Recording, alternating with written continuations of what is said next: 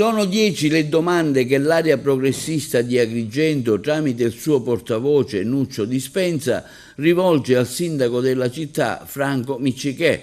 Dispenza scrive: caro sindaco, un primo cittadino non può trincerarsi dietro il diritto di non rispondere, quello vale nei processi. Chi ricopre una carica così nobile come quella di sindaco deve dare risposte all'intera città. E la città di domande su quanto è accaduto e accade intorno al ruolo di capitale della cultura. Se non se ne fosse accorto, di domande se ne fa 100. Cercheremo qui di sintetizzarle, gliene faremo 10. Eccole.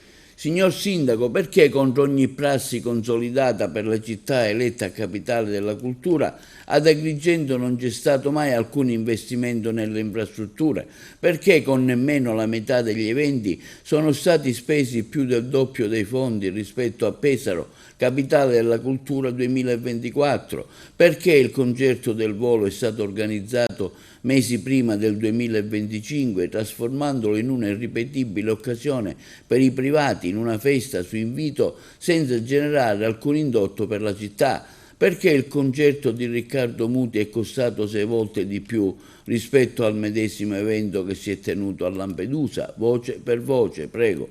Perché tra servizi audio e video e tecnici sono stati spesi quasi 300.000 euro?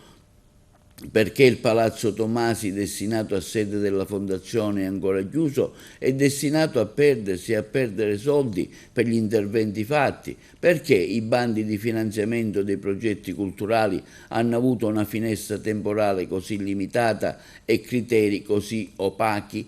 Quante domande ha ricevuto e da chi? Perché eventi e festività come la Sagra del Mandorlefiore e la festa di San Calogero sono stati presentati come straordinari, con spese nettamente superiori rispetto agli anni passati, risultando identici se non addirittura con un numero inferiore di iniziative rispetto alle edizioni precedenti, eppure con qualche clamoroso fallimento?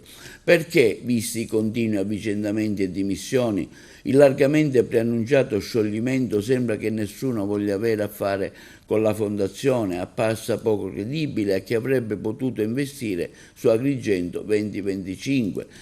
Di panni sporchi, quelli da lei evocati risponderanno una cultura del silenzio deprecabile e pericolosa. Se ne sono accumulati parecchi.